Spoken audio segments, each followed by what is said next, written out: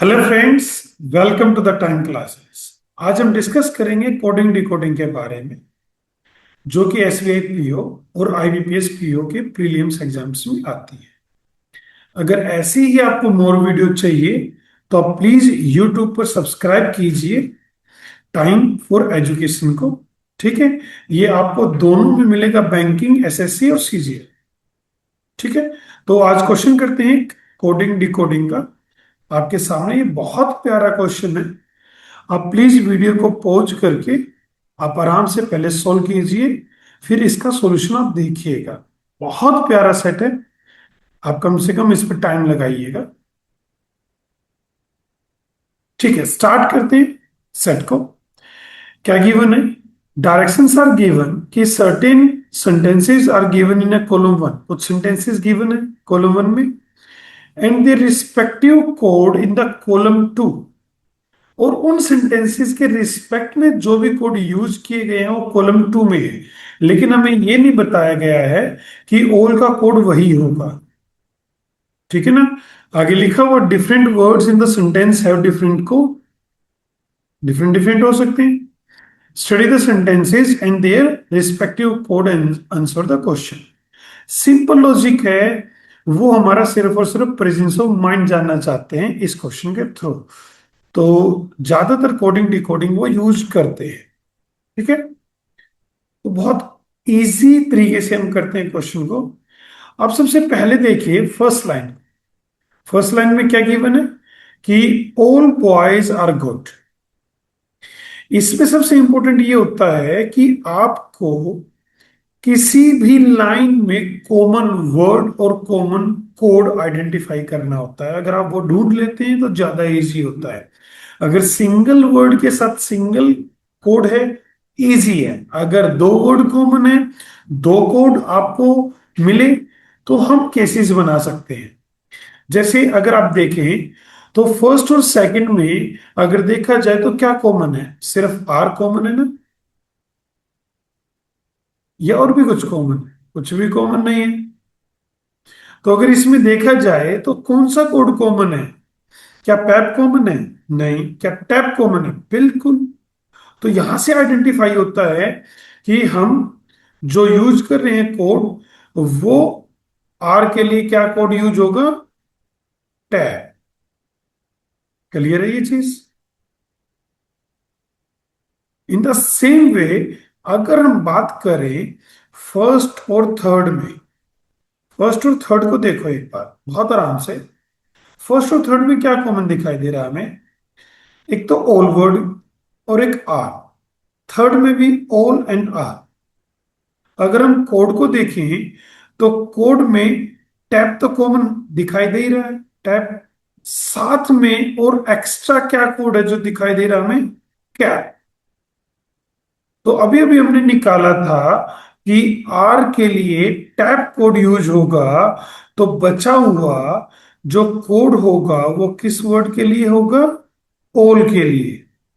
और वो क्या होगा? कैप। क्लियर अच्छे से? तो यहां पर ऑल का हम डिफाइन कर चुके हैं, आर का डिफाइन कर चुके हैं। यदि मुझे बॉयज और गुड में से कुछ मिल जाए तो ज्यादा अच्छा होगा ना। तो एक बार नजर मिलाओ, तो यहां पर गुड लास्ट में है ना, गुड फर्स्ट में है गुड, तो कोई ना कोई कोड तो कॉमन होगा, क्योंकि आर भी कॉमन है इन दोनों में। तो यहां पर फर्स्ट और लास्ट में देखा जाए तो टैब तो कॉमन है, लेकिन टैब तो किसके लिए? आर के लिए। इसके अलावा कौन सा कोड है जो कॉमन है हमारे इसमें? वो साफ दिखाई दे रहा है तुम्हें, मैं। तो यहां से हमें पता लगेगा कि गुड के लिए क्या कोड हुआ? मैं। बहुत इजी है ना? अब गुड मिल गया हमें, ऑल मिल गया, आर मिल गया, then remaining word and remaining code क्या हो जाएगा? पैक। तो बॉयज के लिए जो कोड यूज होगा हमारा, वो क्या हो जाएगा आपका? पैक। क्लियर है ये चीज? अब अगर हम सिंगल सेकंड लाइन में देखें तो आर का कोड हमारे पास है। क्लियर है? बाकी किसका कोड नहीं है? सम का कोड नहीं है, मैन का कोड नहीं है, नोट का कोड नहीं है, बैड का कोड नहीं है। अगर मैं बात करूं कोई कॉमन, जैसे सम है, सेकंड एंड फोर्थ में आपका कॉमन है ना, सेकंड एंड फोर्थ में आपका सम कॉमन है, साथ में क्या कॉमन है? आर। लेकिन आर का तो हम निकाल चुके हैं, क्या होता है? टैब। तो दोनों में से टैब को अगर मैं एलिमिनेट करूं तो बचा हुआ आरईपी। क्या आरईपी है? क्योंकि सम के लिए तो यूज होगा ही होगा। या कोई डैप है? देखा, नजर यहां पर देखो, नैप। आइए चीज, जैसे मैंने बोला कि नैप नहीं है, आपने आगे प्रोसीड किया। आप हमेशा इस बात पर ध्यान देंगे कि यहां पर कॉमन कोड है नैप। तो आर के लिए हो चुका आपका। तो बचा हुआ कोड जो होगा वो किसके लिए होगा? सम के लिए। तो क्या हो जाएगा आपका? नैप। क्लियर है ये चीज? अब सम हो चुका है। अब देखो, मैन नोट बैड। अब नोट मुझे दिखाई दे रहा फोर्थ में, मैन दिखाई दे रहा मुझे थर्ड में, तो वी कैन आइडेंटिफाई। हम आराम से कर सकते हैं। तो अब आराम से करते हैं। तो सेकंड और थर्ड में कॉमन देखा जाए तो मैन और आर दोनों ही शब्द हैं। कोड में देखा जाए आर का टैब तो कॉमन होगा ही होगा, और क्या कॉमन है? क्वैब। तो जो मैन है उसके लिए कोड क्या होगा? क्वैब। अगर मुझे मैन का पता लग गया तो बाकी दोनों कोड नोट बैड में से जो बाकी बच्चे रैप और डैप होगा। अब अगर मैं सेकंड और फोर्थ में कॉमन देखूं तो क्या है? नोट कॉमन है। कोड क्या कॉमन है? रैप कॉमन है। तो नोट के लिए क्या कोड यूज हो जाएगा? रैप। और बचा हुआ कोड किसके लिए यूज होगा? बैड के लिए। और ये क्या हो जाएगा? डेप। अब देखो नेक्स्ट लाइन में कितना बेनिफिट मिलेगा। मुझे ऑल का कोड पता है, बिल्कुल पता है। मैन का पता है, बिल्कुल पता है। आर का पता है, बिल्कुल पता है। तो बचा हुआ एंडसम का होगा, क्योंकि ऑल का क्या था? कैप था हमारा। मैन का क्या था हमारा? क्वेब था। ठीक है, आर का क्या था? टैब था। तो बच्चा क्या? वेब। तो हैंडसम के लिए जो कोड यूज होगा वो क्या होगा? वेब। बहुत इजी हो गया ना। अब नेक्स्ट लाइन के बारे में देखते हैं। यहाँ सम का हो चुका है, गर्ल्स किसी में भी कॉमन नहीं है। आर हो चुका है। सम का क्या हुआ था हमारा? नेट। और आर का क्या होता है? टैप। लेकिन गर्ल्स एंड ब्यूटीफुल किसी में भी कॉमन नहीं है। तो हमें नहीं पता इन दोनों कोड में से किसका क्या कोड होगा। बट ये जरूर जानते हैं कि इन्हीं दोनों में से कोई एक कोड होगा, और वो क्या हो जाएगा? या तो बैड या सैड। क्लियर है ये चीज? नेक्स्ट लाइन में देखो, सम का हम कर चुके हैं नैप। वुमेन का हमें नहीं पता। आर का हम कर चुके हैं टैप। ठीक है, टैप हो चुका है। सम का आप नैप कर चुके हैं। नाउ नोट का हम कर चुके हैं रैप। ठीक है, गुड का हम कर चुके हैं मैप।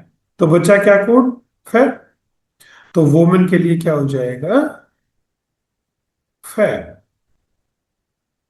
बहुत इजी है ना। तो ये कोड इजीली आइडेंटिफाई हो जाते हैं। अगर हम बात करें तो इसको आइडेंटिफाई करने में मुश्किल से 1.5 मिनट से लेकर 2 मिनट तक लगते हैं। अब आपको समझाने के लिए तो ज्यादा टाइम लगेगा ही, लेकिन आप जब खुद से करेंगे तो यू कैन इजीली आइडेंटिफाई। तो बहुत इजी है, आप आराम से कीजिए। ठीक है, तो इससे रिलेटेड क्वेश्चन करते हैं कुछ। देखो, ये स्क्रीन पर मैंने पहले ये पुट कर दिया कि दीज आर द रिजल्ट्स। हम किसके बारे में नहीं जानते?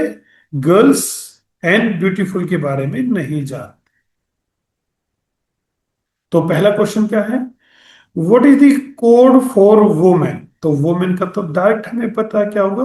फैक्ट। देखो क्वेश्चन कितने डायरेक्ट थे इस पे। Which word is coded as web? Web के लिए कोड, जो जिसके लिए वेब यूज हुआ है कोड, वो कौन है? हैंडसम। थर्ड। क्लियर है? तो नेक्स्ट क्वेश्चन करते हैं। What is the code for women, girls and, women का कोड हम जानते हैं फैक होगा। गर्ल्स का वी डोंट नो, इधर बैप होगा या सैप होगा, लेकिन गुड का कोड हम जानते हैं मैप। तो ये दोनों तो होने ही होने चाहिए वहां पर। तो पहले में देखा जाए तो फैप और मैप है, और इन दोनों में से एक जरूर होना चाहिए, तो ये पॉसिबल नहीं होगा फर्स्ट। मैप और फैप है तो बी, ये पॉसिबल है।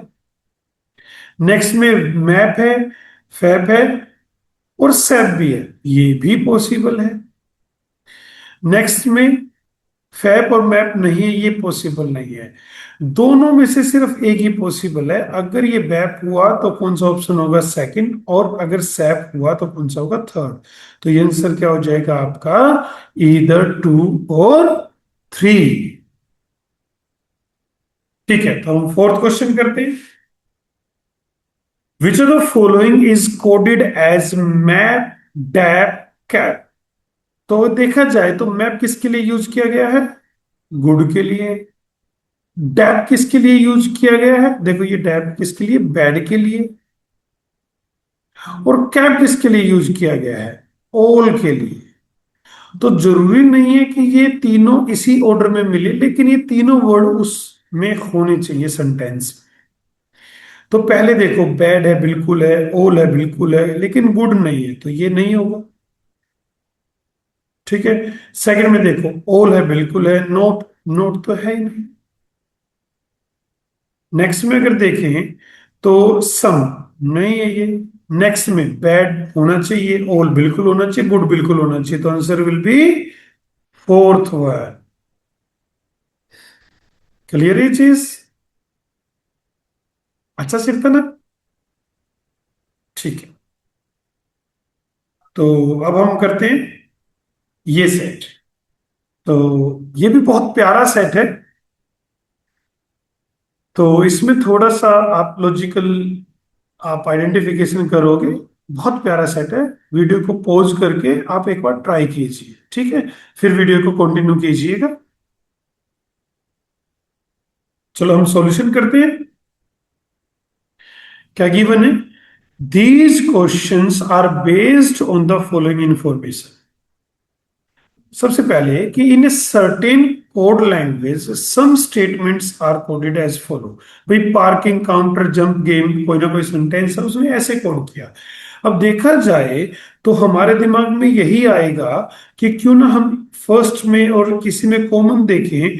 तो देखा जाए पार्किंग किसी में भी कॉमन नहीं है, काउंटर किसी में भी कॉमन नहीं है, जंप किसी में भी कॉमन नहीं है, गेम भी किसी में कॉमन नहीं है। तो जरूर ये सेट ऐसा नहीं है कि कोई कॉमन कोड हो। जरूर एक वर्ड के लिए एक पर्टिकुलर कोड होगा, और वो कोड उस वर्ड के स्ट्रक्चर के ऊपर होगा। क्लियर है ये चीज। ऐसे भी आते हैं कोडिंग डिकोडिंग में कि स्पेसिफिक वर्ड के लिए एक स्पेसिफिक कोड जनरेट किया गया है, लेकिन कोई कॉमन कोड यूज नहीं करेंगे, वो कोई कॉमन वर्ड यूज नहीं करेंगे। तो ऐसे क्वेश्चन में हमें कोड को रिलेट करना पड़ेगा कि ये किस किस वर्ड का हो सकता है। ठीक है, तो करते हैं एक बार। तो देखिए, सबसे पहली लाइन पार्किंग काउंटर। अगर मैं एक शब्दों को लेकर देखो, देखो पार्किंग में आपको कैसे नेचर समझना होगा। अगर मैं पार्किंग के बारे में देखो तो मुझे ज्यादा कितना पता होगा, एक वर्ड की एक तो लेंथ पता होगी कि कितने लेटर से बना हुआ है, 7 से बना हुआ है।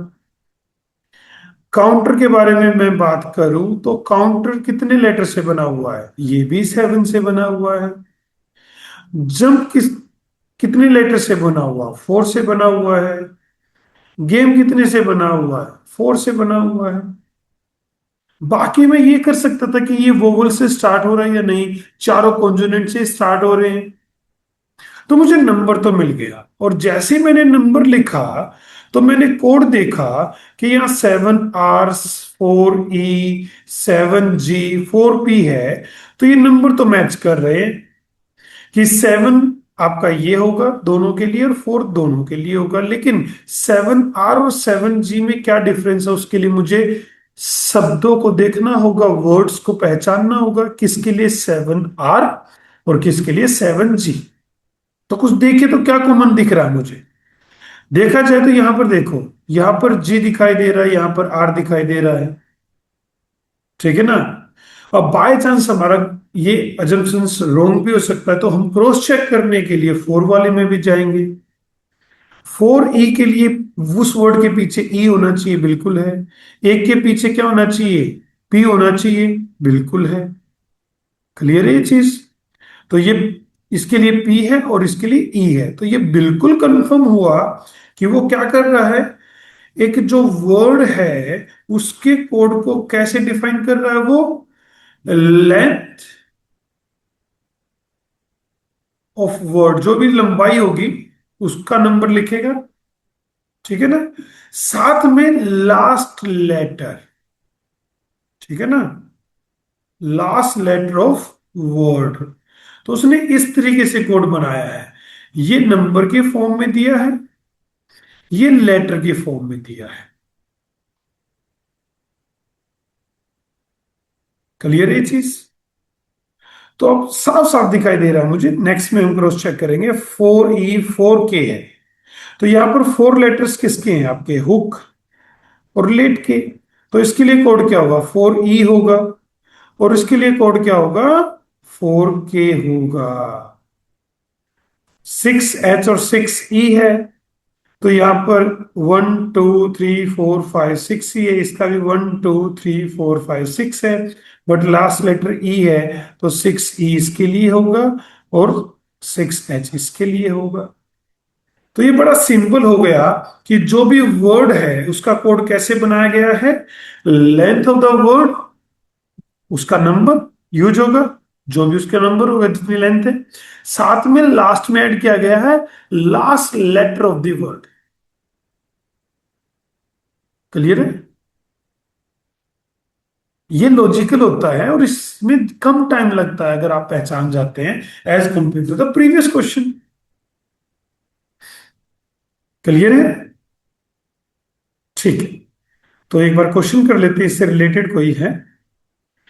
अब देखो, what is the code for the word gladiator. और मैं फिर से लिख देता हूं एक बार और, कि वर्ड के लिए कोड जो डिफाइन किया गया है वो क्या यूज किया गया है, लेंथ ऑफ द वर्ड, ठीक है।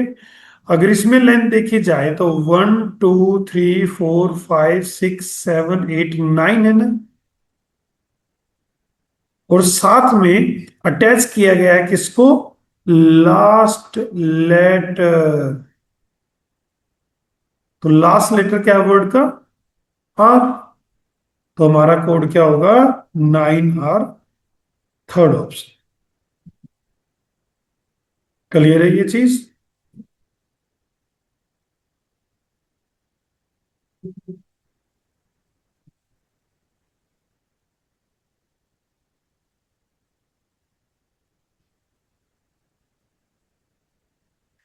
ठीक है, सिक्स क्वेश्चन करते हैं।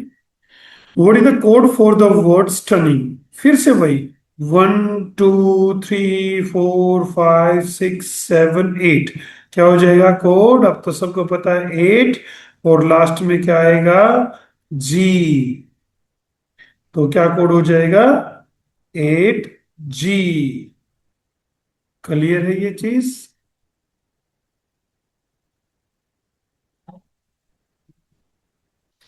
अब हम बात करते हैं सेवन क्वेश्चन की। बड़ा अच्छा क्वेश्चन है, देखो बड़ा प्यारा है, ऐसे क्वेश्चन बहुत आते हैं। उसने कही family this is coded as 4T 6Y।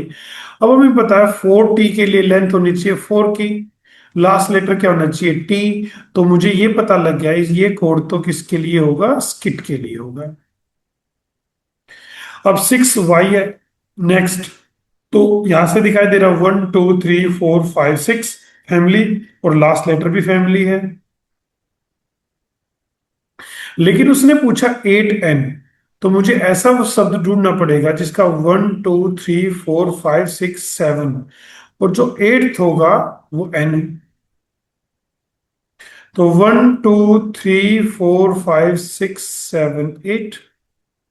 अब यानी इसमें भी है 1 2 3 4 5 6 7, तो इसमें तो 7 है, इसमें क्या है 8 है।